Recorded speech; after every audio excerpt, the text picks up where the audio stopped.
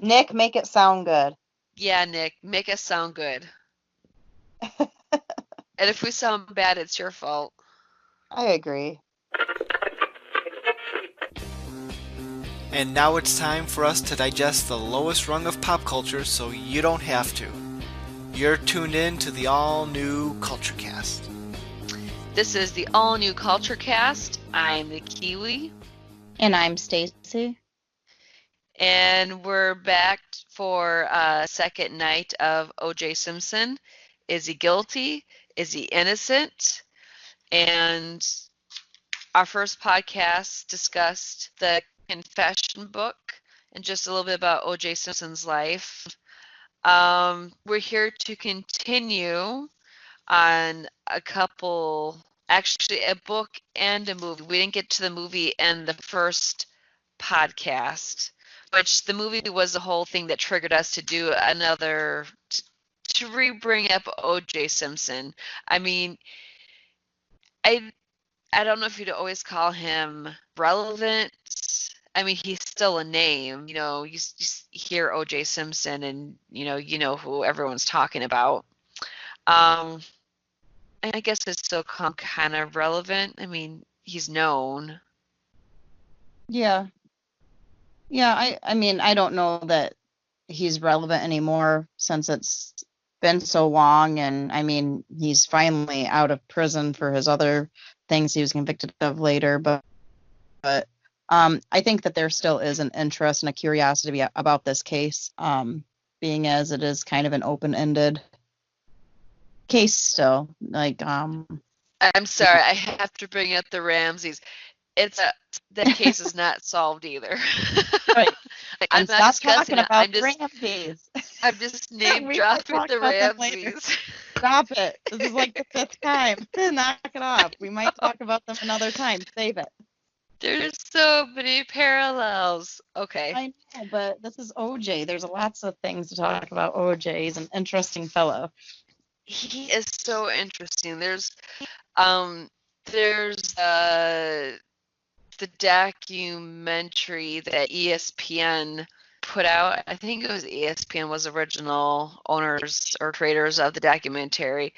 It's an 8 hour documentary. Document. I Documentary. There you go. I knew I wasn't saying it right. There might be a little wine in my glass. Um, Are you I'm sorry, left in the what? glass? I said, are you sure there's any left in the glass? Well, it was a pretty big glass because I knew we were going to be talking for a really long time. I've been trying to nurse it, and there's still like half an inch of wine left in my glass, and I'm using my Right. Golden Girls wine in my Golden Girls glass. Hey, there you go. Hey, we're gonna have to do a podcast on the Golden Girls. That would Um, be fun. Okay. that would be totally Okay, fun. back. Okay, back to OJ. Back to OJ. Um, so I guess let's just finish off with the other book, that Faye Resnick book, as we mentioned in the previous podcast. How many books? Pretty much everyone that was maybe like a witness for the murder, or even apparently the murderer, maybe, wrote a book on this. And Faye Resnick wrote a book, and FX's The People vs. OJ Simpson talked about the Faye Resnick book, which that was the first I had heard of it. And so, of course, I had curiosity, and I looked online and I could get a used copy for like $6. So I was like, you know what? Okay, I'll pay $6 for a used copy, because I had a feeling it wasn't going to be great. And it was horrendous. It was horrendous. She should be ashamed of herself. It almost makes you want to go and read all the books that everyone else wrote, just to hear their side of the story, to hear what they're saying about Nicole, what they're saying about OJ. You said you didn't read this one, right? I did not read It that one. it is. a short book. It's a very quick read. If you ever have a couple hours to kill, I want to say I maybe read it like in 3 hours. And I don't know if I'm the fastest reader. I'm probably average. So if you read fast, you could probably, read it in less time. Anyway, I'm going to talk about some highlights from this book, things that you may not have heard before. Um, she claims that her diaries were stolen. I don't know if I actually believe that or not. Um, Faye Resnick was on drugs. She's even mentioned this several times that she was on drugs. I don't know. It's probably something she's saying to make money. Again, I don't know, because it didn't seem like anything else was stolen other than her diaries. Yeah, that would be So weird. if it's weird. One thing that she mentioned in the book, and she might be telling the truth on this one, OJ and his best friend AC Cowlings would switch clothes so that OJ could leave the house unnoticed. And I think this happened on multiple accounts. And given OJ and his friendship with AC, I could actually see that happening. So that may have been true. Oh yeah, AC idolized OJ even to the point where he went by AC with initials to be more like OJ, presumably. He was I never his made that connection. Yeah, they had mentioned it in that ESPN documentary. Uh that's why they presumed that's why he went by AC. But yeah, he idolized OJ. He would have done anything for him. As we all know, he had the same Bronco as Yep. OJ. Yep, same exact. Faye claims that Nicole never cheated on OJ. I don't know if that one's true. Or, I mean, it could be true, it may not be true. I don't know if it's relevant. That was, I think OJ says he found out later that, like, Nicole had cheated on him, and Faye's like, no, she never did. Yeah, yeah, I don't. It's hard to say whether she did or didn't. I know OJ cheated on her, but really, in the grand scheme of everything that happened, I don't think that it is relevant at all. Whether she did or didn't uh, cheat on him. Um, I don't think in the grand scheme of things it matters. You know. This next thing is I'm going to lean towards it's probably not true, but then you got to wonder why would she mention this if it wasn't? What's your opinion? Faye claims Nicole had 6 abortions because she feared OJ and did not want to have another kid with him. Um, from other things I've read about Nicole, I don't believe that's true. I can't believe that she would be able to get pregnant. Well, I guess it depends if they were trying. We don't know if they're trying to have more kids, but it seems very, why would she have 6 abortions? Why? Yeah, It'd be more believable if she said 2. right.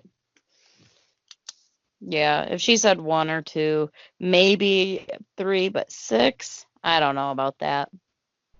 I don't know. Yeah, I don't she believe that. claims 6.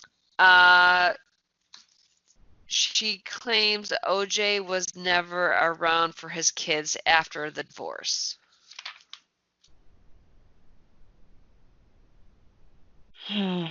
I don't know if I believe that either. I think that probably not as much as probably he should have been because he did a lot of traveling and things for his job um, to be physically around. But I don't think that was any different from when they were married. I think he was gone a lot then too.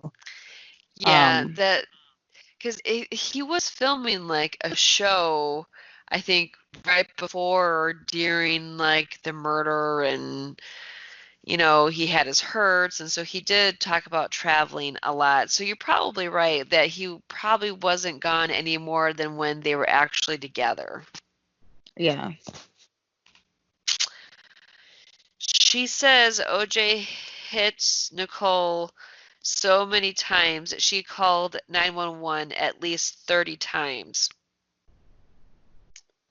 Well, we know of a handful of times at least. There was But two specifically that were mentioned in the confession book.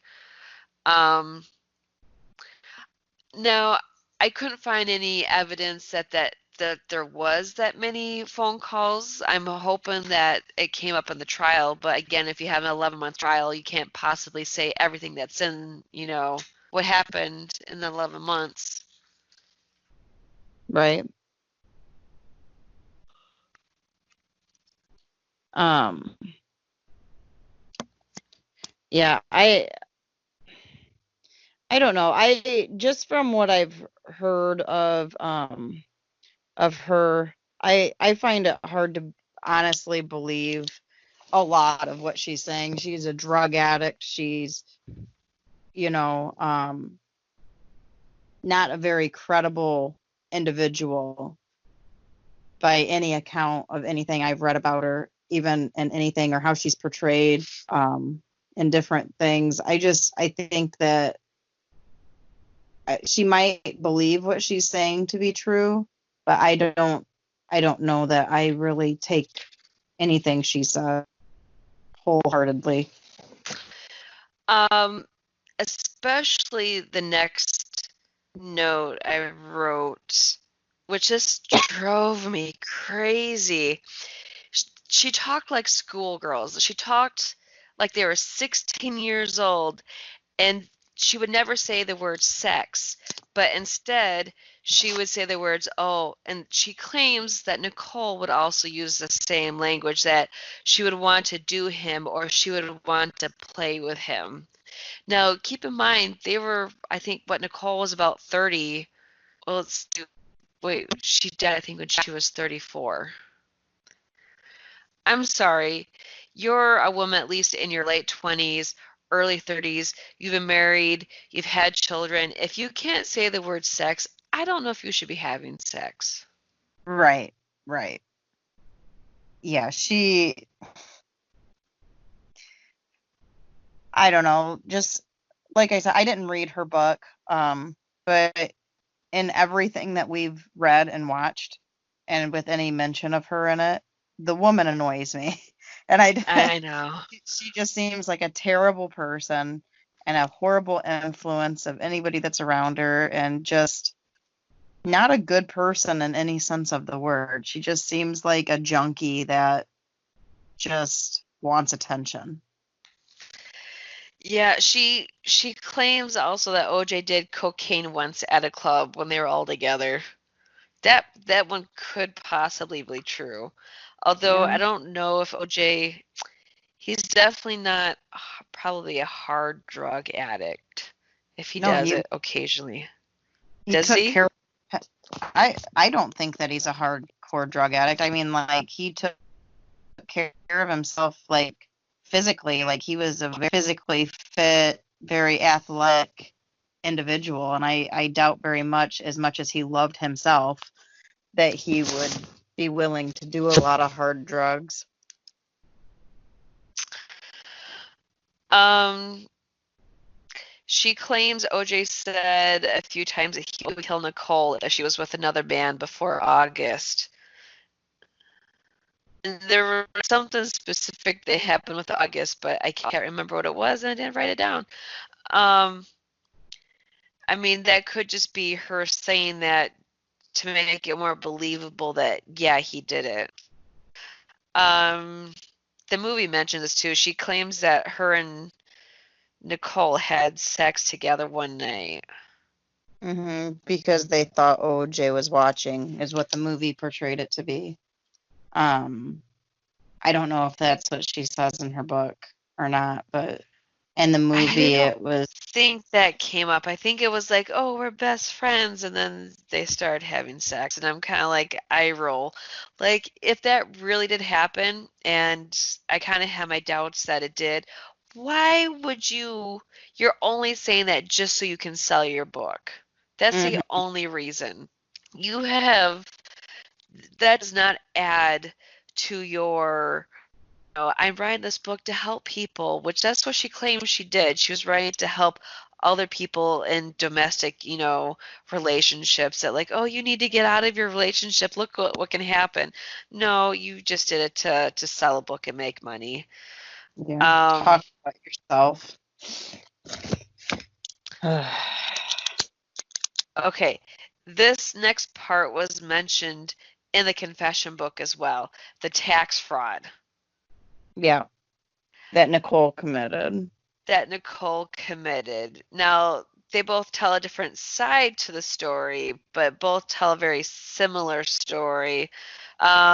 Was OJ wrong for wanting, I guess we should just tell our listeners what happened. Um, Nicole was living in one house and she was selling it and moving into another house, but she was trying to claim, I think the one house was for a rental property and it had to deal with the taxes. So she was having her mail sent to OJ's house. So because it was capital gains. She didn't want to pay the Mhm. taxes on the capital gains. And she was trying to say that there wasn't capital gains. And so she was having her mail sent to OJ's house, and OJ's like, "Don't do this. You know, I don't want to be a part of this." And I think OJ wrote Nicole a letter, like, wasn't it from his lawyers saying, "Stop doing this"? Yeah, stop doing this or I'm gonna turn you in kind of thing. And because he didn't want to be involved in it at all, because if he helped her or knew about it or whatever, he didn't want to be liable. Was OJ wrong for wanting to report it? Was OJ wrong for doing that? Um, Well, like morally, not like legally. I don't know. Like, being in trouble with the IRS scares the daylights out of me. I'm like, the last people I want to be on the bad side of is the government. So that could take everything from you. I don't know that I'd be comfortable with somebody involving me in something like that either. I don't, you know what I mean? There comes a time where you have to protect yourself too. I think like he was doing it to be spiteful in some sense of the way. I don't think that it was oh, I'm just trying to protect myself and not uh, get myself in trouble. I think that he was being spiteful to her, but um, I can't say whether or not I would or would not do the same thing. I certainly wouldn't want to get in trouble with the IRS, and I wouldn't want to be involved in somebody else's scheming. Whether I would turn them in or not, I don't know, as long as I wasn't involved. Faye had mentioned several times, how could anyone do that to the mother of his children? And it was kind of like an eye roll reaction that I had. I mean, it's like, to the mother of his children, how could he do that? Well, you just said it too. You got to protect yourself at some point. Yeah, And, I the mean, children could always go live with him. right, right. And that's just the thing. I mean, like, at what point do you let people walk on you too? Because I mean, that was her taking advantage of him. I mean, how much trouble he could have got in, I don't know. I don't know the whole ins and outs of it, and I'm no lawyer or anything like that, so I don't really know, but I can tell you that I'd be really uncomfortable with somebody involving me in a scheme like that, trying to not pay the government money that they owed them legitimately. Whether he went Yeah, about it the right way or not, I don't know. yeah, it was supposed to be a very revealing book, but I don't know if it was, I don't really know if anything really new came out, maybe during that time period, people didn't realize that maybe Nicole liked to go out and date and have sex with different men. I don't know. I didn't think it was that revealing. But Oh, really, at the end of the day, whose business is that? You know? right. And, I didn't write any notes on this, but I do recall that I feel like half the book was more about Faye Resnick, just talking about herself and her life and previous relationships that she had. Hello? She claims that she wrote this book to save women, but she just wrote to make money. I don't think it was as real revealing. Blah, it's the wine. It's revealing as what people say it is. And I don't know if they, back in the 90s, I don't know if people realized maybe that Nicole liked to go out and date, that she had, sex with several different men. I don't know. Maybe I'm just desensitized by everything else that, you hear of nowadays. Maybe it's not that surprising to me. Um, I don't really think it was that revealing. And half the book was just about Faye talking about herself.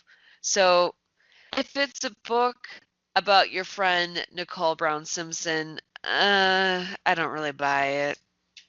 She's just trying to make money as much as that woman probably spends in rehab. Um, well, we'll talk about briefly the movie because there really isn't. I don't think there's much to say about it. No, except for don't watch it. It was horrible. Um, Awful movie. It's got 2 out of 10 stars on IMDb. I just looked at that before the podcast started. And that's too Um, many. the, That's too many. It's terrible.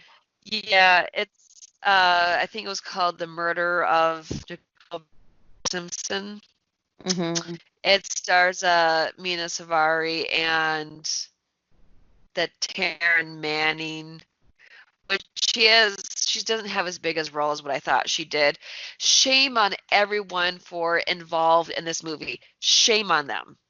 Yeah. The joke was when this movie came out and OJ wasn't the killer, they were like, OJ must have wrote this book, because what other scenario would there be where he wouldn't be the killer? Um, Terrible acting. Mina Savari's acting didn't bother me, but everyone else's did. Everybody's acting bothered me the whole time. It was terrible. It was a horrible movie.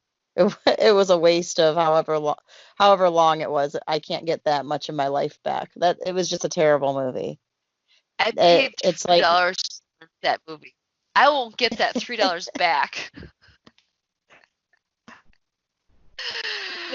it's funny, Ah, we go in watching this movie and they're stating all these quote unquote facts and oh yeah, it's like as they were talking about like in the movie Nicole Brown's neighbor was missing and yeah. ultimately discovered that she was murdered.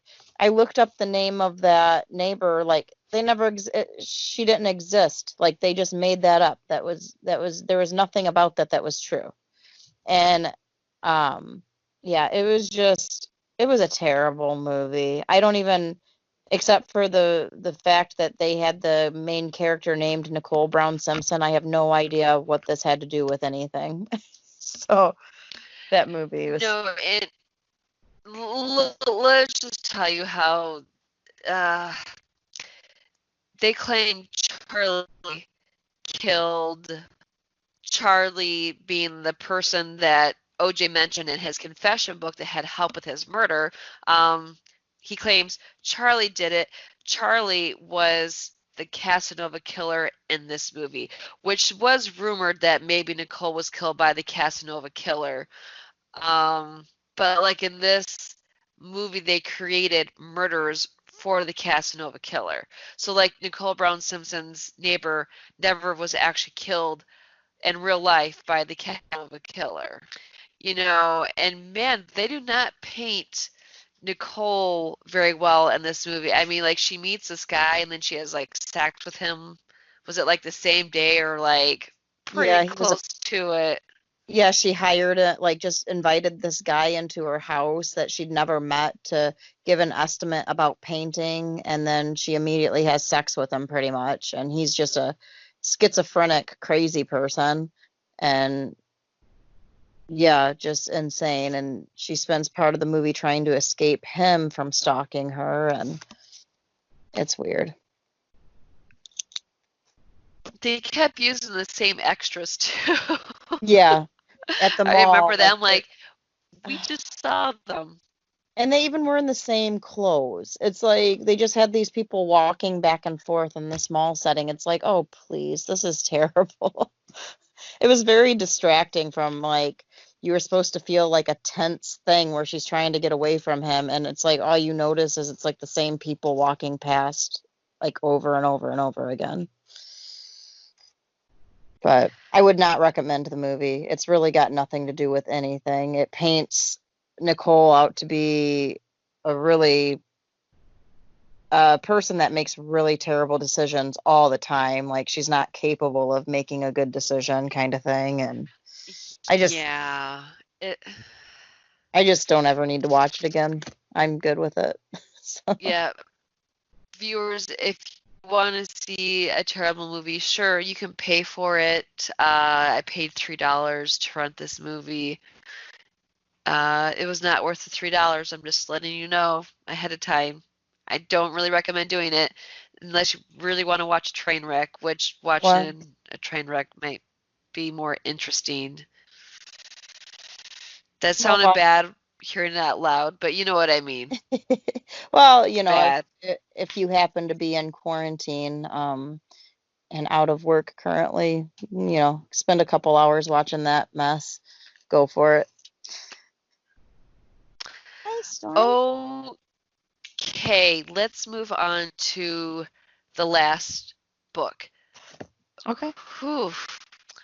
Um, are there any other thoughts you want to mention for anything else before we dive into this book? Um, no, I don't think so. So, OJ Simpson is innocent and I can prove it is the name of this book, which is Yes, intriguing. It's by Bill intriguing just in the Deere. title. Yep. Bill Deere, William Deere. He's a private detective. Um, and he was on a mission to solve this case is pretty much the whole premise of this book, and he gathers quite a lot of evidence um, favoring the fact that OJ was not actually the knife yielder, the knife yielder in this Wielder? situation. Wielder, what'd I say? Yielder? Oh, well, you know what? It's late. I can't blame wine. I'm really tired. It's been a long day, long week. Shut up. You said documentary. Yes, I did. A documentary, so you shut up correcting me. And you come out with random words and you think you're subconscious. So there's that. So anyway, Hey, he might, I do think my subconscious because, eventually the right word does pop up. So there. all right. Well, let's move on, shall we? Okay. Anyway, OJ might not have wielded the knife, but I do think that he was present. But why don't you go over the theory that Bill has that he explored? I'll let you do that. The Who Are he we thinks talking about who? Yeah. Okay. Who does Bill think did it? Um, Bill thinks OJ's oldest son, Jason, there we go. Jason Simpson did it. And you're probably thinking, well, what is his motive? And he does have a motive, and given Jason's past, it does make sense. The whole reason I read this book was, one, it was free because I thought, well, I ain't gonna pay for a book. I suppose I could have got it from the library for a book that I thought was just going to be garbage. It is not garbage. And on the book, on one of the tags, it said, OJ hired a criminal lawyer for his son the very next day. OJ didn't hire a criminal lawyer for himself. As you mentioned in the previous podcast, he willingly went to the police station, photographed, he gave his statement, he gave hair, blood samples. Now, Bill was saying that this is not the way a guilty man would act. I don't know if that's true. I don't know, have enough knowledge about that, but thinking about, I'm like, yeah, if you were, well, I mean, I could also see OJ just being OJ and being like, well, you may have believed that he didn't actually do it too. If you think about OJ's personality, but in this scenario, in this book, his son did it, and his son's motive was that he was upset that Nicole either canceled last minute or didn't cancel at all. He was supposed to go to their restaurant after the dance recital the night that she was killed, and he went over to her house to I don't know, yell at her. And Ron was there, I think, at the wrong place, wrong time. And while he was yelling at Nicole, Ron walked up and he pushes Nicole down, starts, beating up Ron. And then after he kills Ron, he kills Nicole so that there's no witnesses to the murder. And the son has a very much Dr. Jekyll and Mr. Hyde personality, described by several people, including himself, from diaries. So that's the overall theory of what happened, and it makes a lot of sense when you talk about all the details about what happened that night. Right. We should mention that Jason Simpson is a chef, and he had been planning a really special dinner for Nicole and her family and the kids the night of the recital, and it was a plan, and he had ordered special food and made a special menu and was going to impress them. And then she, either canceled last minute or didn't show up.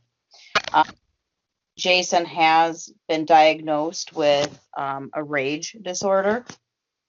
He is on medications to calm his rage.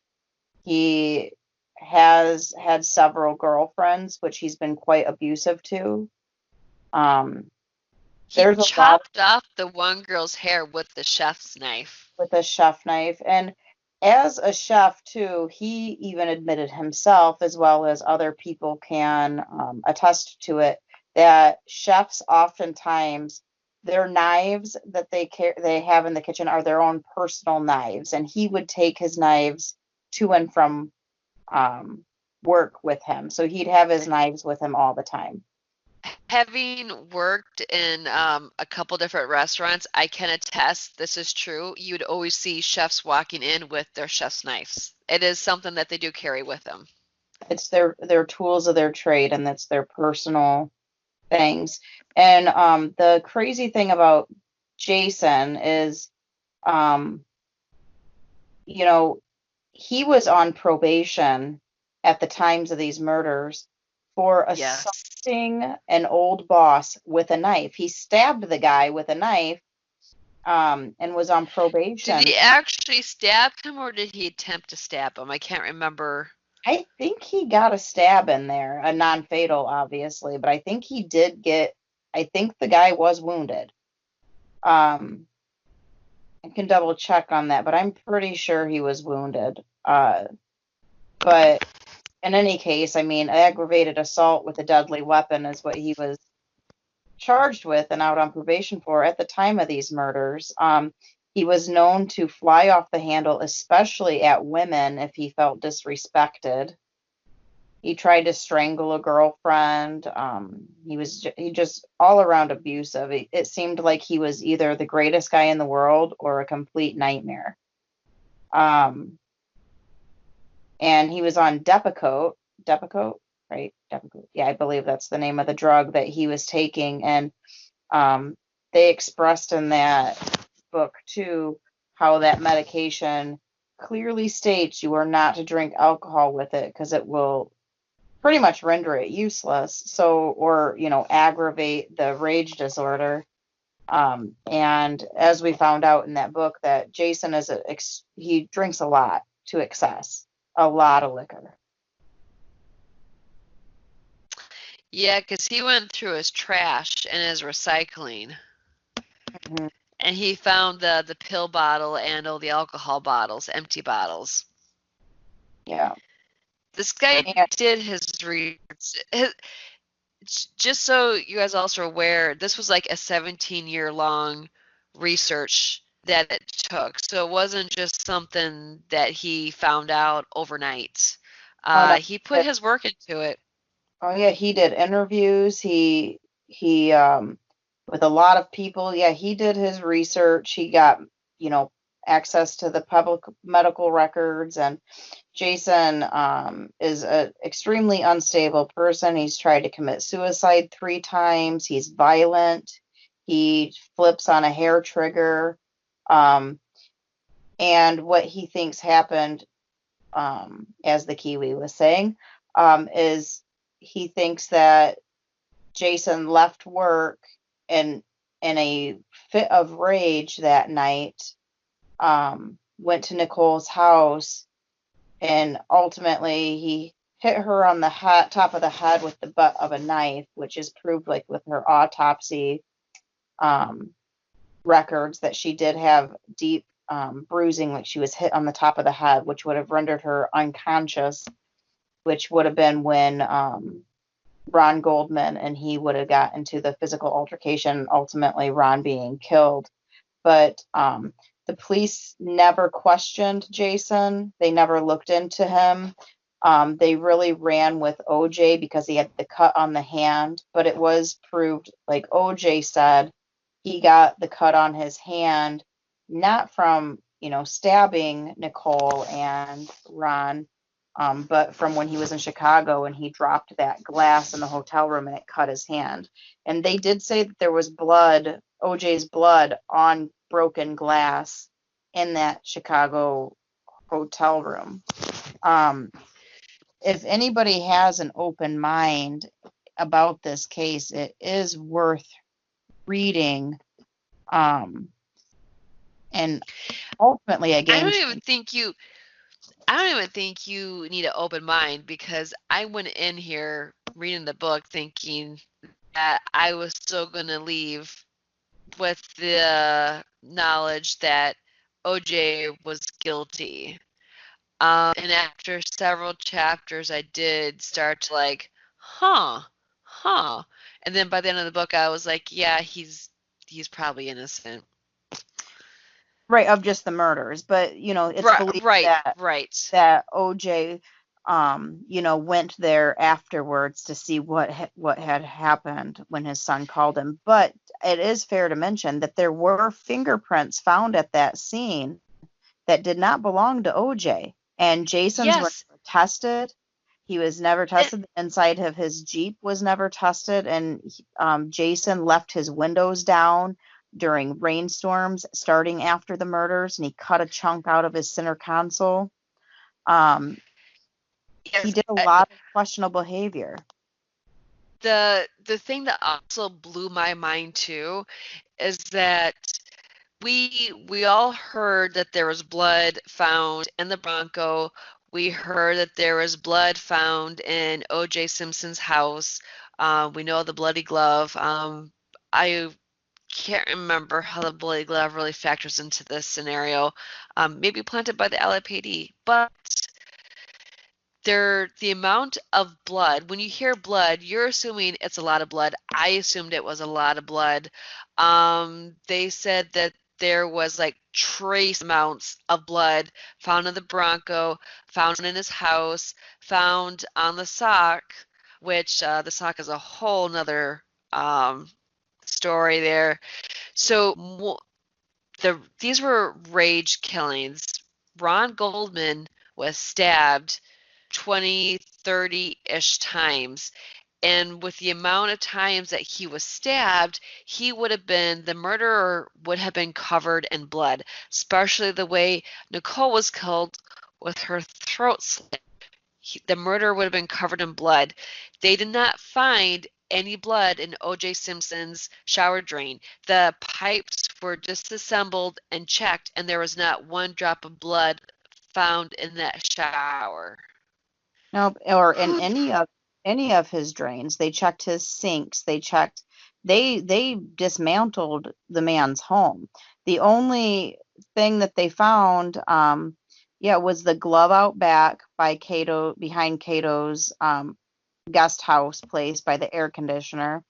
And then the socks in the bedroom. But the thing is if you read anything about OJ or watch the documentary about OJ, he is a very tidy, neat, well put together individual, like OCD style, everything has a place and everything goes in its place kind of person. So if he went through such extremes to be able to hide blood-soaked clothes, because they never found any clothing blood-soaked of OJ's except for 2 socks that were in his bedroom, why would he leave those there? And it was also a known fact that Jason wore the same size shoes as him and the same size clothes, and a lot of the time he would borrow some of OJ's clothing, whether it be socks or shoes or clothes. So to follow the notion that OJ is absolutely, positively, without a doubt guilty is flawed if you look at everything. You know, when I read the confession book, I wrote a note that said, "What happened to the bloody clothes?" And after reading the Innocent book, I'm like, well, there was no bloody clothes. That's why they didn't exist. And the socks are questionable, very questionable about if they were blood planted on the sock. Right. Well, and I don't see how they can't, since this is technically an open case, right? Because nobody was convicted, why they wouldn't go back and just test Jason's fingerprints. And I know that the Bill Deere that wrote this book touched on that. You know, it was re-election years for different governors, and people don't want And to no one admit that wants they to were admit that wrong. they were wrong, Yep. you know. That's a big part. The media doesn't want to jump on it because they'll admit that they're wrong. The police department, this and that. And, whether OJ did it or his son did it, this all circles back to, for me, the jury absolutely came to the right conclusion, because after seeing a lot of evidence, a lot of it doesn't make sense. If he did it, I mean, he did it in a way that you can't necessarily prove it. And like I said, you can't take somebody's freedom away because you feel like they did it. You have to have an absolutely, without a doubt, that it happened. And so The if the title of jury, Marcia Clark's book. yeah. Oh God. But yeah, as we mentioned, everybody involved in this case, one way or the other, minus the judge. And did we say Cato wrote a book, or he did something, or he didn't? Maybe he did, maybe he didn't. But I know the judge is pretty I much the thought he only one. didn't, but then I think you thought he did, and I never went back and actually confirmed if he did or he didn't. Yeah, I thought it said at the end of the FX special that everybody surrounding this case, minus the judge, um, profited off of this. So, wrote books or did whatever. But, um, I think that this case does deserve another look. I do think that Ron and Nicole do deserve justice. And if everything this Bill Deere says in his book is true, I do believe that it's possible that OJ was protecting his son and going to trial hoping he would get off because he didn't actually do it and take the eyes off of his kid.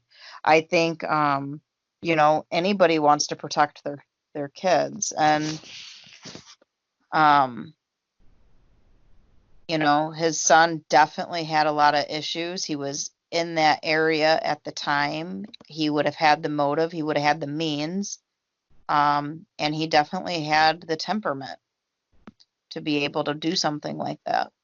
He did. I think he tried to commit suicide 3 times. 3 times, yeah.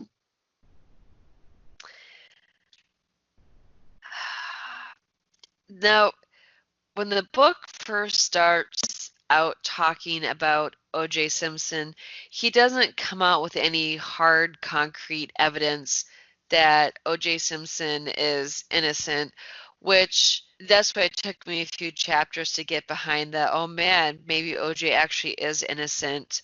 One of the things that he notes is that in OJ's supposed maybe suicide note that he wrote before he hopped in the white Bronco in the famous slow speed car chase. The last line says something to the effect of, "Remember the real OJ and not this lost soul." I thought that was a little bit of a stretch, but now I do question if he was talking about his son. Yeah, well, and then there was OJ was like, I didn't do it, but I am responsible for it.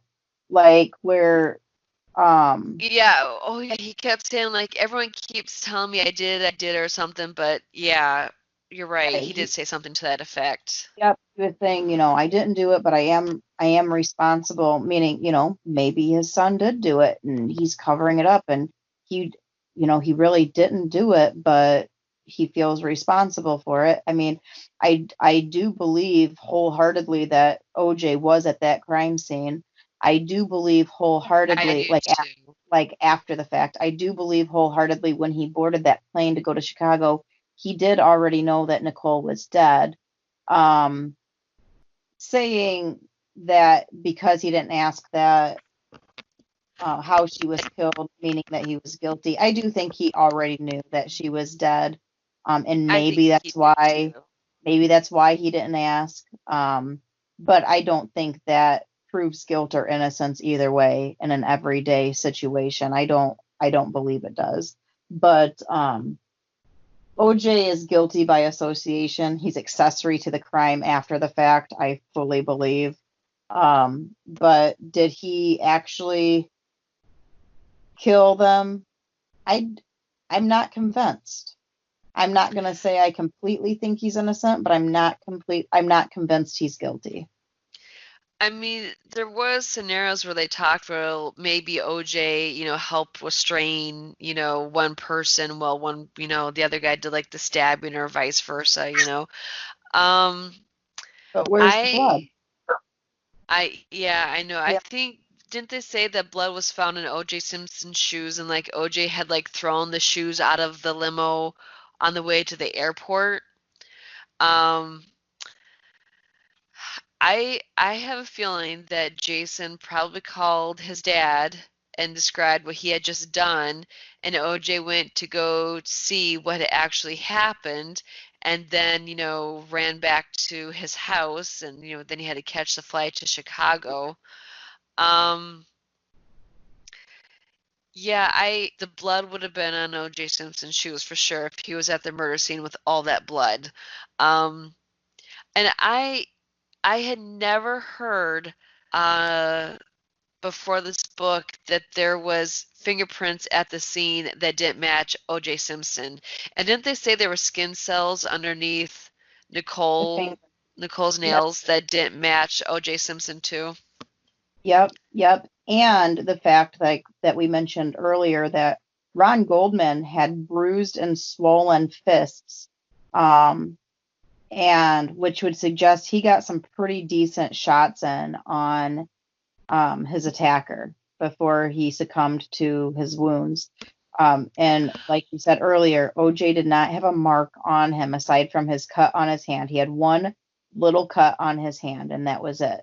He had no other bruising, no swelling, no Which wasn't, I abrasion. think there was someone on the plane who sat next to OJ on the way to Chicago said they didn't notice a band-aid on his hand on the way to Chicago, meaning Right. he probably did break it, hurt, or cut his finger in Chicago.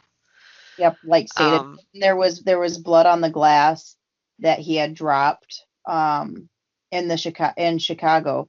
And so I do believe that he did truly cut his hand on the glass that he dropped while in Chicago. Other words, is there blood on that glass? And why wouldn't somebody notice a bandage on his hand?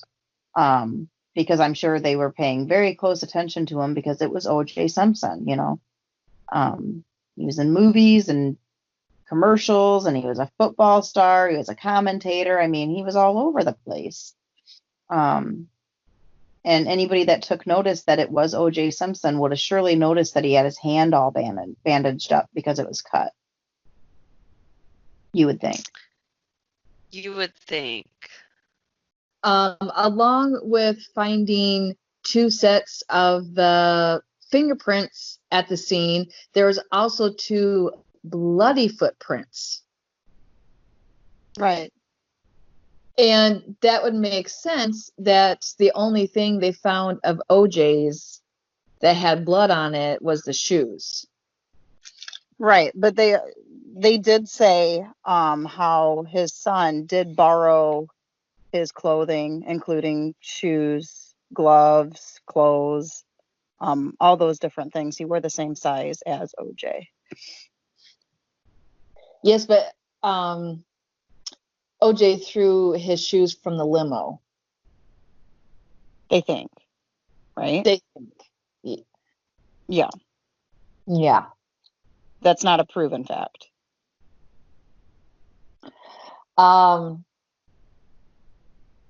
I mean, you would think that they would want to investigate why there was 2 sets of footprints at the crime scene. Mm-hmm. I feel like these were facts that they ignored. Yeah, they overlooked them because they already figured they had their guy. They had tunnel vision because they were certain, OJ did it, and they were gathering things that, showed OJ did it and ignoring things that, could possibly prove otherwise. It's a shame how this all went down. Another fact that makes Jason look very suspicious was Nicole Brown's funeral, where Jason refused to go see the casket and he got hysterical at one point. Now, you don't think that's weird? Yeah, I think that's extremely strange. Like, why wouldn't he go up and say his goodbyes like everybody else? He wouldn't even approach, the casket at all. He just sat back, and I think he ran to the car at one point, didn't he? It seems like it, and it's just like he avoided the whole thing altogether, which just seems odd that he would do that, being as Nicole was around for a long time at this point, and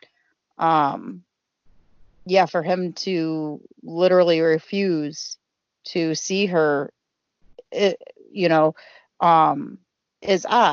And the thing is with that is if that was the only odd behavior or the only odd thing, it would be like, well, you could kind of write that off. But when you start putting all these little bitty pieces together, it turns into not a small deal. It's a pretty big deal.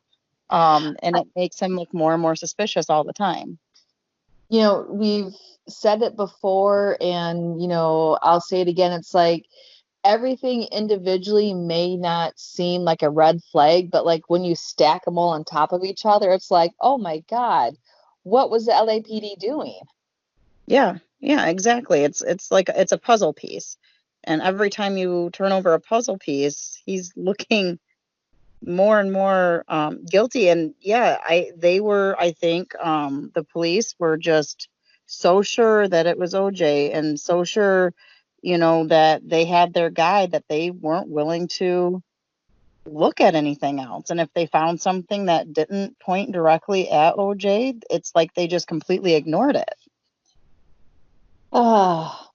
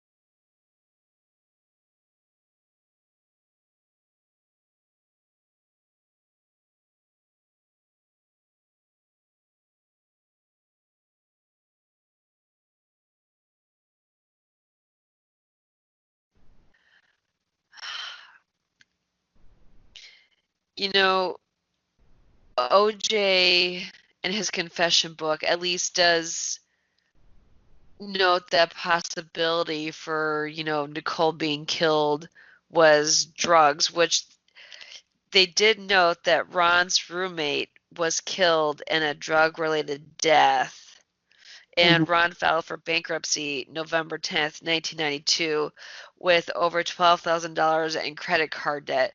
So it does kind of make you raise your eyebrows like, was it drugs? But then they go and talk about if it was a drug death, they're not usually knives aren't the weapon of choice. Someone's going to drive by, roll down the window and shoot you. Mhm. They're not going to go up to your house and stab you with a knife 30 times. So probably wasn't a drug-related death. Right. And yeah, I don't think so either. And just the manner of the deaths, it would just, killing somebody with a knife is such an up close and personal way to kill somebody. And the, I mean, just the sheer carnage that was caused would imply that it was just a very emotional, rage-filled, you know, um, killing, not somebody was hired to go kill him or something like that. It doesn't suggest that at all. It was pretty gruesome. And, um, and if it was for any other reason aside from that, you would have thought the person would have entered the home, robbed it, discovered the other children there, you know, things like that. So I I don't know. I think it is a possibility that OJ's son actually did it. Like I said, OJ's not innocent in all of this because he does know about it, but at the same time, he's protecting his kid. Um, I'm not fully 100% convinced that OJ's innocent, as I said, but I am not convinced that he's guilty either. And for that reason, if I was on that jury, I'd have to say not guilty. Yeah.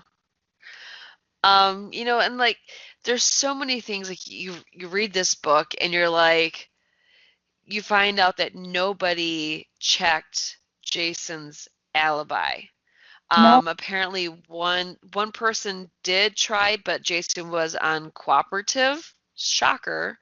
yeah, and they Um, And they just took his word for it. And they said that he was cooking in front of 200 people that night, which the restaurant holds like a max of 80 people.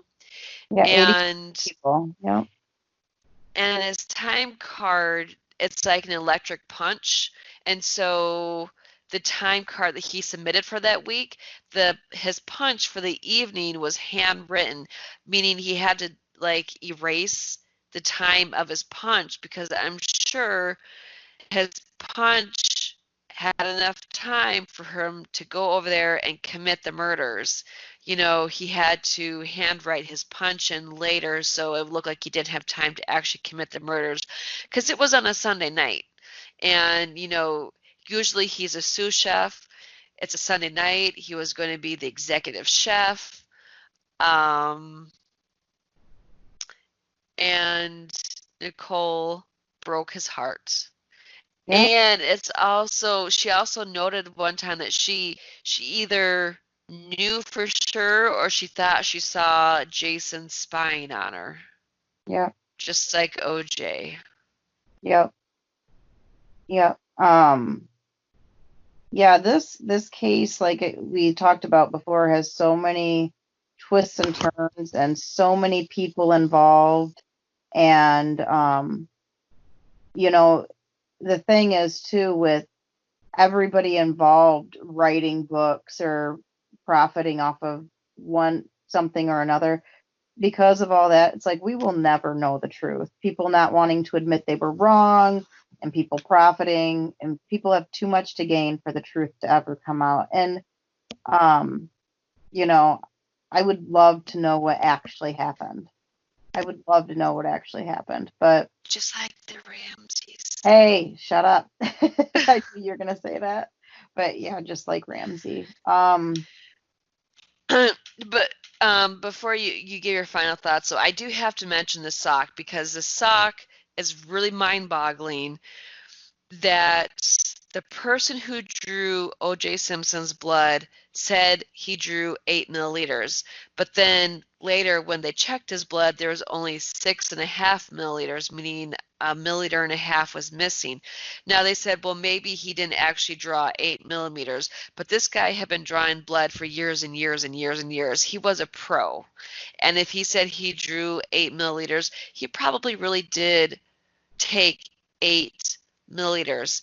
But that aside, the fact that the socks, now, if you think about if you're wearing your socks, blood is only going to be found on one side of your sock. But if you take your socks off, lay them on the floor, and drop blood on there, it's going to hit your top and the bottom part of the sock. And they said O.J. Simpson's socks had blood on the top and the bottom, and on top of that, the blood contained the chemical agent used in test tubes to preserve the blood. Yeah. Now, that sure sounds like the LAPD planted evidence.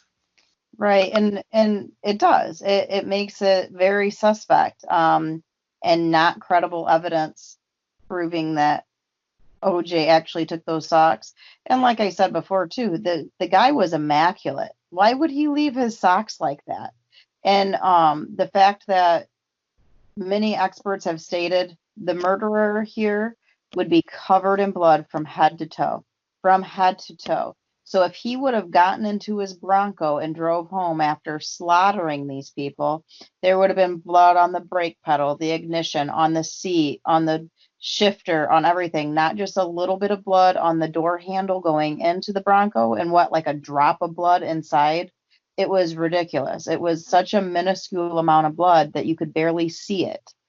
And But yet, uh, and I don't think you really could see it inside like the vehicle, like to take the black light and like even in the house. So I mean, but like we were told, that like, oh man, there was blood found, in his house, in his car. Well, yeah, when you hear blood, you're thinking it's a lot of blood. It was trace amounts that were actually found. For yeah, a just rage minuscule. killing, that seems virtually impossible. And it could have been transfer blood even from those detectives working that crime scene, then going directly over to OJ's house and touching on his Bronco. Who's to say they didn't transfer it? I don't know that. Those cops were shady as crap. That I Mike, know. but no, Mark Furman was just a racist piece of garbage that shouldn't have been on any kind of case whatsoever, if you ask my opinion. But let alone, the one that happens to be finding all this evidence. But And he wrote a book too. Of course he yeah, did. of course he did. Um, He actually appears in that ESPN documentary. he does. Oh yeah, he does. I haven't finished the whole thing, so I can't really talk about it too much. But that documentary, Ooh. Made in America, is what it's called. I recommend it from what I've seen so far. It's really interesting to see OJ in his younger life and stuff like that, and see people. But oh yeah, he's on there. At least once I've seen him, and I just wanted to punch him through the TV. But yeah, every aspect of this case, a ball was dropped. Nobody ever looked at anybody or anything other than OJ from the get.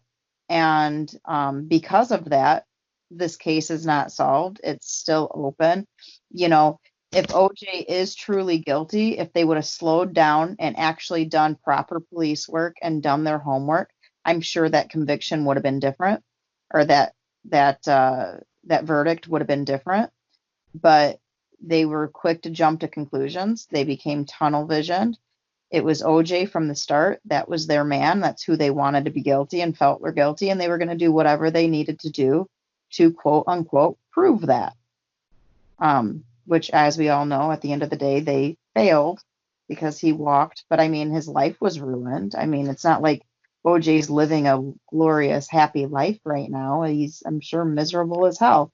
Just got out of prison not too long ago, for other Which, charges. But which also that kind of seems like he was set up. And there's a book on that too. oh yeah, there's a book on everything. And I do think he was set up. Everybody wanted to watch him fry for one reason or the other, and they were gonna get him for something and let I him mean, sit in he jail. was literally trying to take back stuff that was his, but he never had a gun, he never held anyone at gunpoint. He was let into the room, it was already scheduled to go there, and then he got accused of stealing his stuff back.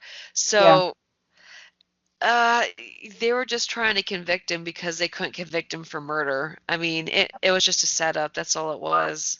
Yeah, they wanted to watch him fry, one way or the other for something. And, like I said, is he completely innocent in this? No, I don't think so. But is he the sole murderer and the sole person that committed these crimes? I tend to think not. I don't think necessarily he was. And um it's unfortunate and it's tragic. It's sad. I feel bad for Ron Goldman. I feel obviously bad for his family and all the heartache that they've gone through, and Nicole's family and their children. And, you know, um, this was a crime of many, many victims, not just the two that died. And somebody needs to pay for it. I will agree with that. But Oh, just convicting somebody to convict them is not the right thing to do either. sorry, Stacy. A thought just flashed into my mind, and now I can't remember how it went. But the hairs, they said there was hairs at the crime scene that they said, uh, remind me how the hat went. Oh, there was a hat that Was it was, was the hat found at the crime scene? Because there was a photo of, I think, Jason wearing that hat. yeah, there was a hat found at the crime scene as well as gloves, and the hat wasn't really ever mentioned, or briefly mentioned in anything else that I read. But evidently there were photos of Jason wearing this same hat, and no evidence that OJ ever wore a hat, that style of hat. I forget what the hat was called, but there were photos of Jason wearing the specific hat. It was black or navy. I can't remember the color. But then after the murders, there were photos of him wearing the same kind of hat, but it was a completely different color. Like, so it was a different hat. But Uh-huh. you know, and that's just an interesting tidbit. But at the same time, that doesn't necessarily prove guilt either. It could have been Jason was over at that house at one time and his hat got left or dropped or something, that on its own. No, right. That's I'm just saying a it damning. adds to the list of like, eyebrows raised. Just like Jason had some of his items stored in Storage locker. a storage locker. Thank you. Mhm. Not my subconscious this time. Um, and in this box were diaries from Jason Simpson that he describes himself as, having rage. And I don't know if he just used the word specifically Dr. Jekyll and Mr. Hyde. Other Did. people for sure did. He did. And in it was a knife that was probably the murder weapon. And they had this knife examined, and they don't make this knife anymore. Its sole purpose is to cut and kill. And even the bruise on Nicole's head matched the butt of the knife.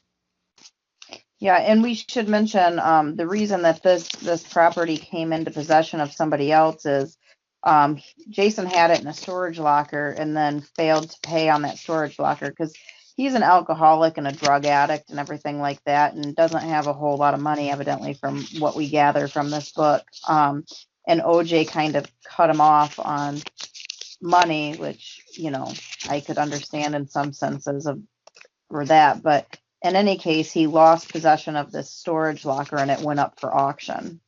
And somebody bought the storage locker. And then the person that bought this storage locker contacted Bill Deere because Bill had put out a first book that he published himself about how OJ may be innocent. And he was hoping that people would read it and then offer him more information. And that's how this guy that bought the storage locker got Bill's name, contacted him and said, "Hey, this might interest you. I have a box of stuff out of this locker or the storage unit that Jason had rented, defaulted on payments, went for auction, and I have it. I have diaries, there's a knife, there's photos, you know, all sorts of stuff that would obviously interest this PI that's investigating this case. And yeah, it did have some interesting things in there. It's hard to not come to the conclusion that Jason may possibly be the killer.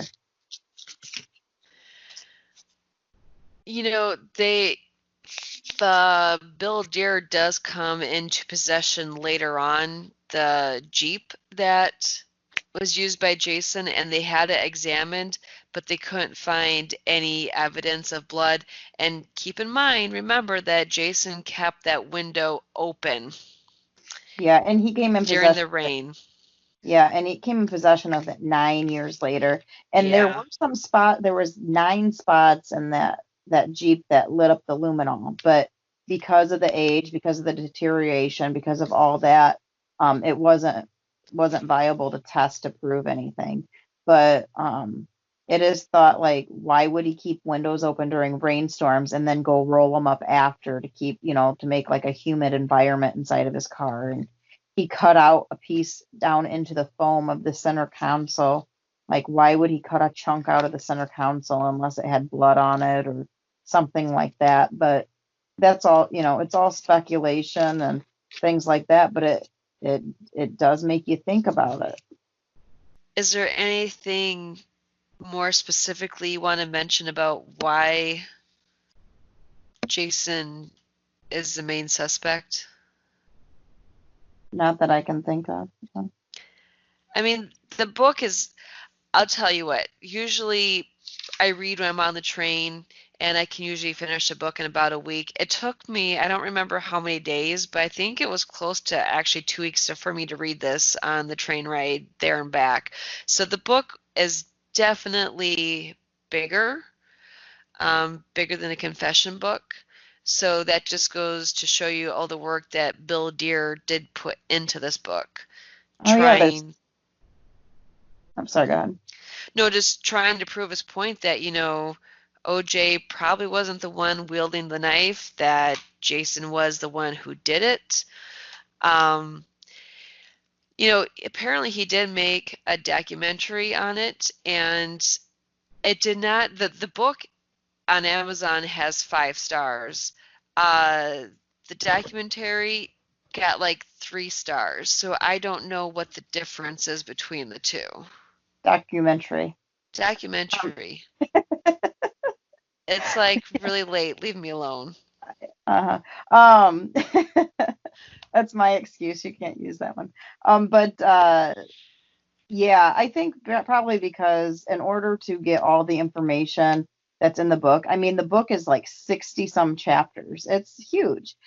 In order to get all that information into a documentary, it would be like a 9-hour documentary like the Made in America one.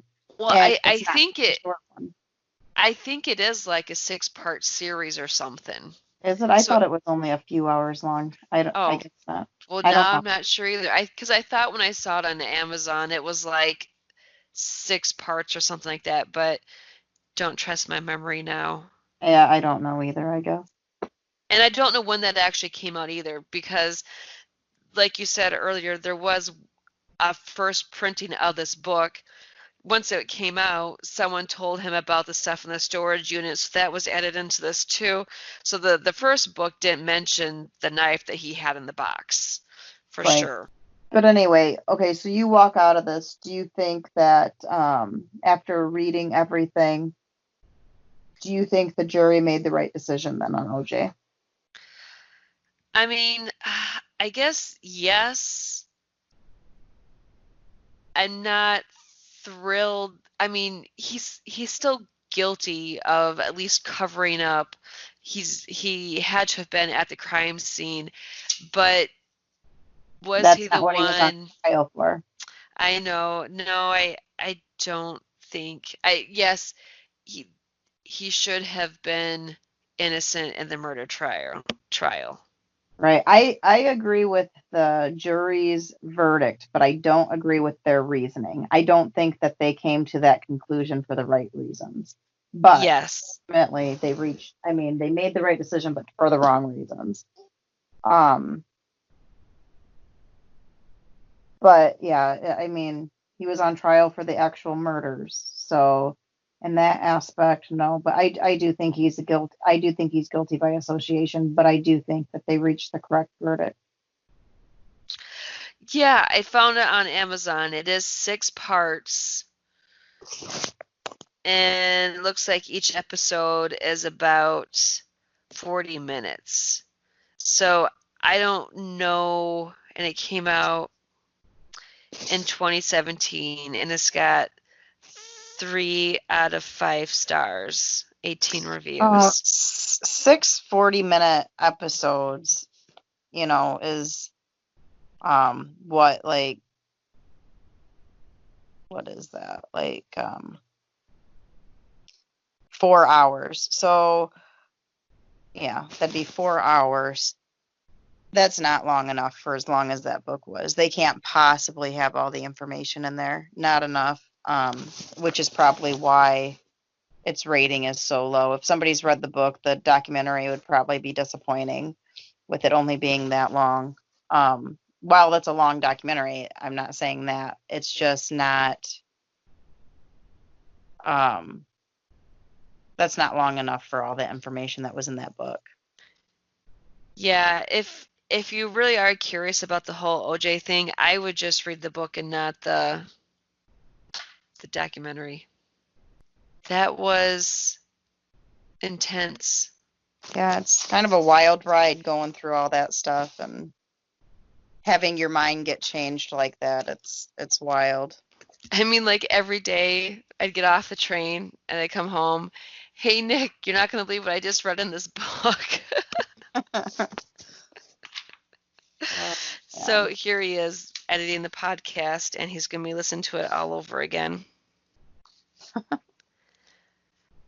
Yeah. If you had the time to read this book that we're talking about, it is worth the time to read, and at least consider the possibility that OJ isn't quite the monster we're led to believe. I mean, monster nonetheless, but not maybe, to the extent of what we're led to believe. Yes. And maybe challenge everybody too to take, when the media gets a hold of a story like this, maybe take a step back and, enter that story with an more open mind, at the possibility that they are getting it wrong. Tunnel vision. Yep. It's an easy, slippery slope to fall into, I'm thinking. Another scary fact that I guess this happened. Now you'll have to help me if you understand the legal part, but there was a deposition where this happened after the trial, I think by a couple years, they said. And Jason had his lawyer, and there was a prosecutor, and it was like he was interviewing him. And like Jason Simpson, his alibi kind of kept changing when they were questioning what time he got off work and what time and what he did exactly after work. Because like one time it was he went directly home, and then one time he said he went to his girlfriend's, and then he said he was watching TV like right when he got home, and then he said he had no cell phone, but I think at one point he said he called his girlfriend when he got home. Yep. Yeah, it's like all the little things change. Like I think at one point he said his girlfriend picked him up from work, and because she had his vehicle, and then he drove her home, and then he went straight home. Yeah, and you're right. He said another time that he went in with her, and then another time he said like he went home and went to bed, and then another time, I went home and I watched TV. I went home, I called my girlfriend from home. Yeah, it was all different times. And and I think we talked about it, but earlier, that was the only day on his time card that his time out was just written out. He didn't actually punch out on the clock. So yeah, when he did that disposition, and his alibi, like his story changed. And it might seem like small changes and differences in the story, but the differences can change everything. The whole timeline changes depending on which story he goes with. And then while they were doing the deposition, this part, when they were questioning Jason, and they're like, how did you feel about like Nicole? Because they found out that Nicole was supposed to go to Jason's restaurant, and when she didn't show up or she canceled, we're not really sure what happened, but regardless, she did not go to his restaurant last night. He said he got upset, and they're like, you got upset? And he was like, yeah, I was upset. And it's just like, you could, tell the wheels and the light bulb, turned on, that the, two lawyers were like, huh? Like he was kind of starting to say some incriminating things, and the one lawyer was starting to, the prosecutor was, starting to ask him some more questions, and his lawyer's like, really, are we going to go down this road? And they changed the topic. So, I mean, to me, that just means that those two lawyers realized who was a very, at least a suspect that got overlooked. He had a motive right there. He had a motive. He had that explosive temper, rage disorder, and he was drinking and everything else on top of it, which made his disorder even worse. He was, along with his medication he was on, and yeah, it seems like at that point, before too many pieces were put together, they just changed topic. And it would have been a prime opportunity right there to kind of press that issue. I know, but we've said before, the LAPD doesn't want to admit that they did anything wrong. People have actually profited off of OJ being innocent. Because if you think about it, the amount of books that were wrote, with OJ Simpson. I was looking at it again today. There's a lot of people who wrote books. Oh yeah. And I wonder if they would have wrote a book had he been guilty. Yeah, I think there would have been books written about it just because of um the whole situation, like with him being a star football player, and it was a brutal murder. And I think he would have gone into, there'd probably been shows like, Snapped on, the ID channel and things like that. I think they would have probably covered the story, and I think he would have been in like a true crime book here and there. But to the extent of what books were written about him in this situation, no, I don't think that he would have been as long lasting, I guess, in everybody's minds if he was actually guilty and proven guilty and went off to go to jail and spend the rest of his life in there. Who knows? I agree with you in the fact that I don't think that people would have stayed interested as much. I think he would have shown up here and there in true crime things like other people The have, American but hero who fell. yeah, yeah, how the mighty fall kind of thing. But at the end of the day, I don't think that it would have got as much press time, I guess. Um, had he been proven without a shadow of a doubt guilty, because while the majority of the country, I would guess, because we were amongst them, all thought that he was guilty and he just got away with murder, and it was so obvious how guilty he was, and Well, it I know. it's I because mean, we were spun that tale. we were, and we said it before, but the amount of blood was minuscule that was found. It was Oh yeah. minuscule. So it's like when you hear like two people were murdered and they found blood in his Bronco, they found blood in his house, you're expecting that there's a lot of blood that they found. And there Oh yeah, was, you take their word for it. Like, oh man, he's got blood everywhere. He must be guilty. And yeah. it's like they didn't tell you that it was literally drops, like the amount of blood that you would get from a paper cut. It's they Yes. lead you to believe, and it was definitely the way the media and the police spun it to the media and all that just completely pigeonholed OJ in the minds of the public. And we ate it up, because what else were we supposed to believe? The police officers, which you're supposed to trust and think the police officers do everything right. And of course they wouldn't frame somebody that didn't do anything. Of course they wouldn't do anything that's out of line. But I don't know.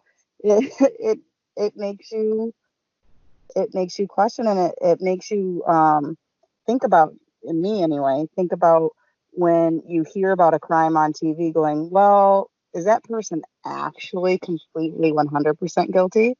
Who knows?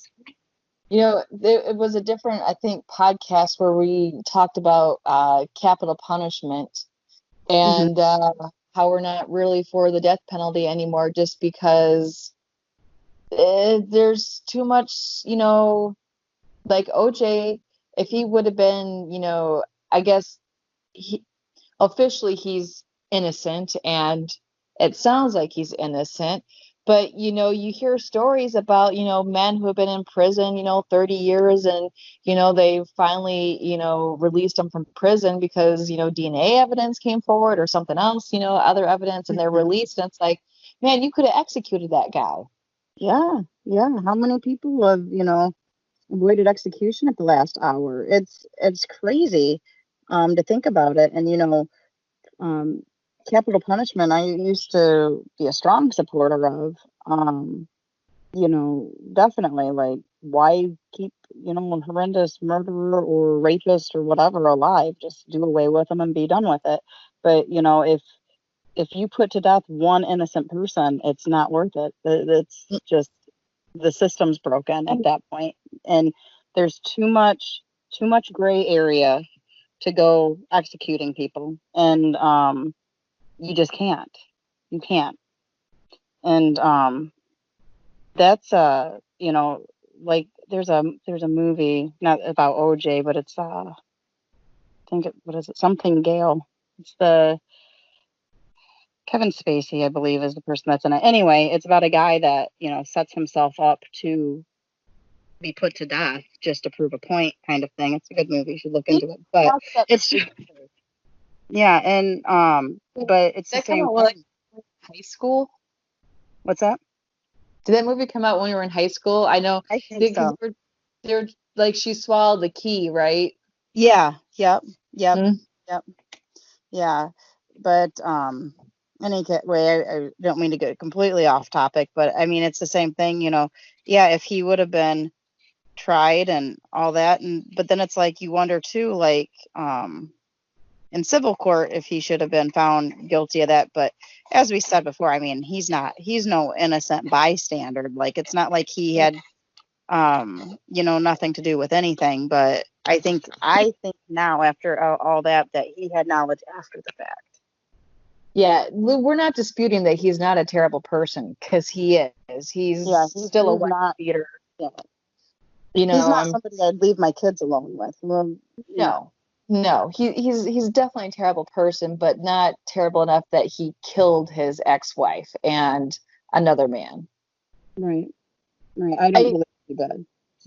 I also want to say to this book's credibility, he does cite a lot of his evidence, and he'll take pictures of documents that he has, pictures of phone conversations, or like the transcripts. So I mean, this guy didn't really pull evidence out of thin air, because it hit me today that there's a lot of books out there, you know, with OJ being, you know, guilty, and everyone's making money off of him.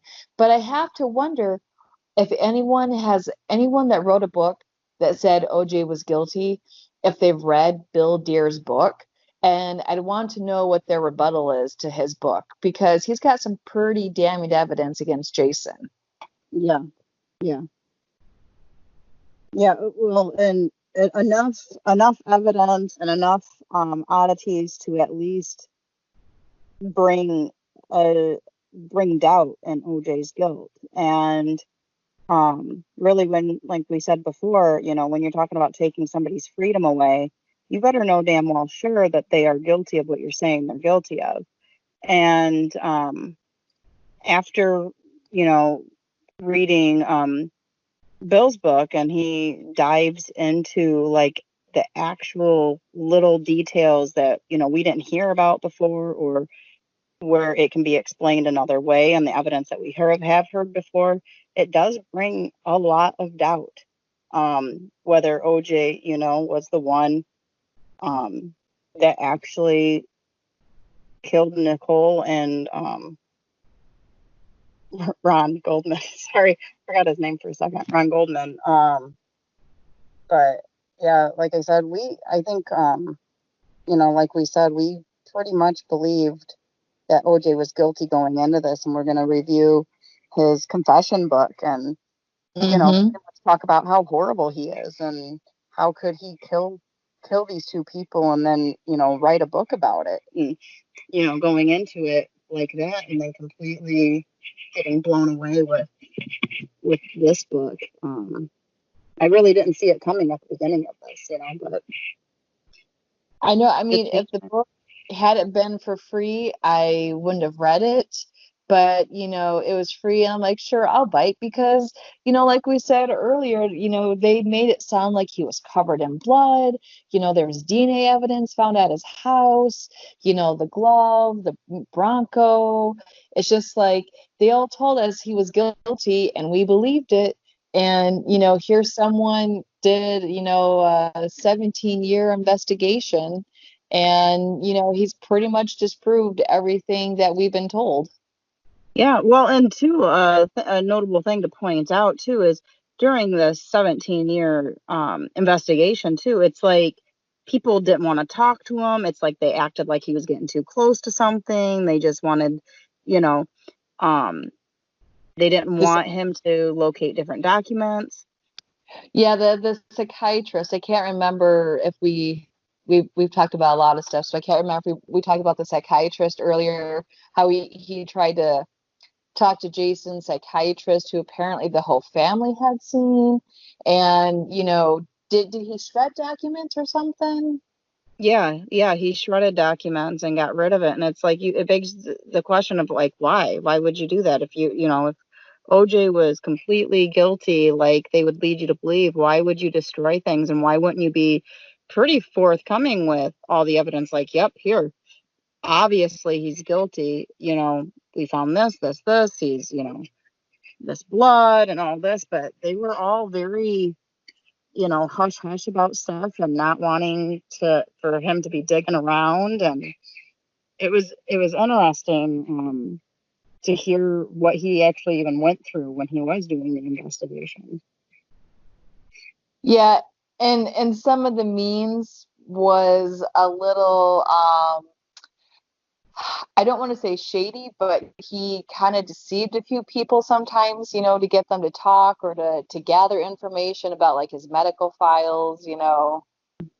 Yeah, shady's the questionable means. But he's a private investigator, and I think that's just something they do. Yeah. The last question I have, and then we'll call it good. If this trial happened today, would OJ still be considered innocent? I think so, yes. I would hope so, yes. Do you think Jason would be convicted? I would hope he would have at least been questioned.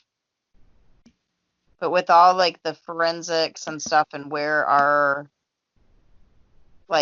we are scientifically as far as crime scenes and stuff goes, I think like being as there was evidence found that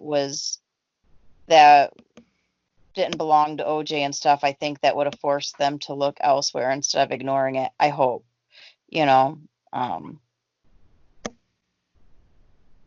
I would just hope so that other avenues would be explored. I mean, whether somebody's guilty or not, they should never, like, no one person should ever be the only suspect unless they go in and confess to something.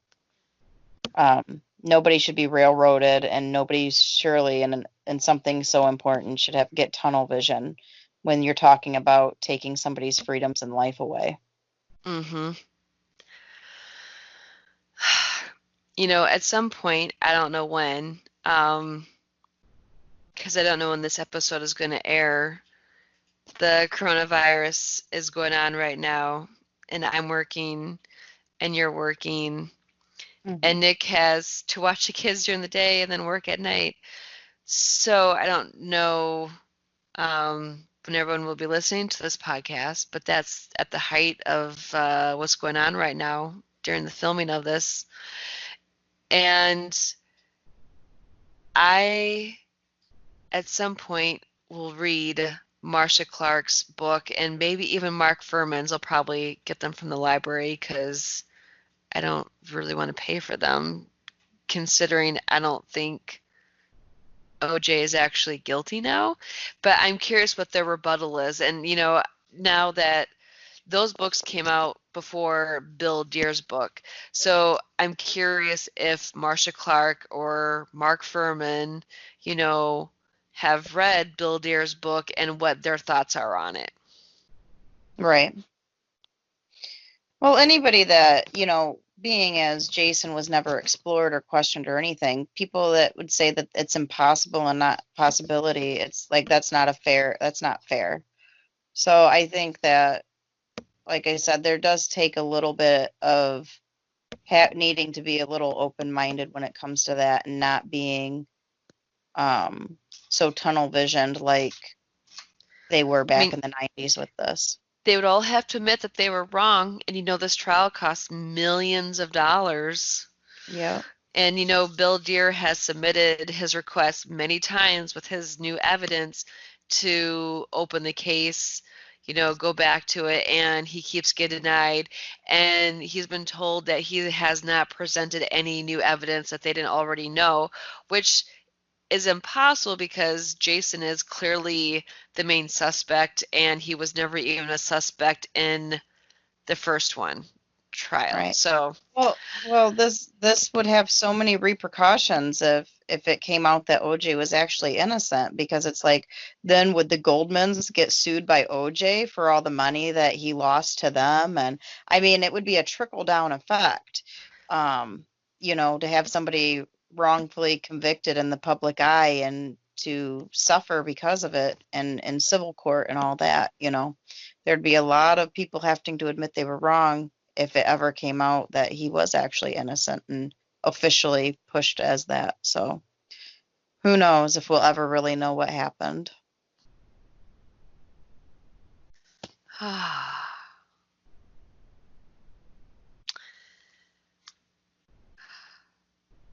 don't know if I can say anything Yeah, more. I would just recommend that you read OJ is innocent and I can prove it. And if Yes, you didn't read If I Did It, I would read that one too. Draw yes. your own conclusions. If you're only going to read one book out of the 3 that we mentioned tonight, I would definitely read the Innocent book. If you're going to read 2, the Confession book, I really don't recommend the Faye Resna book. If you do, get it from the library, borrow it from a friend. Don't give this woman any more money. She does not deserve it. Right. She just tried to make money off her friend. Okay. This has been an episode of the All New Culture Cast. This is the Kiwi. And I'm Stacey. And you have a good night. Bye. Bye. You've been listening to the All New Culture Cast. We try to post new episodes every Monday evenings 3 to 4 times a month. Check out our backlog. We could be found at allnewculturecast.libsyn.com. You can also find us on Apple iTunes and wherever else podcasts can be downloaded and listened to. This has been the All New Culture Cast, a Saltwater production. Original material copyright 2020. Thanks for listening. Oh, my dog's. Hi, Storm. She's late. She's protective. She heard a noise. She's going to protect me.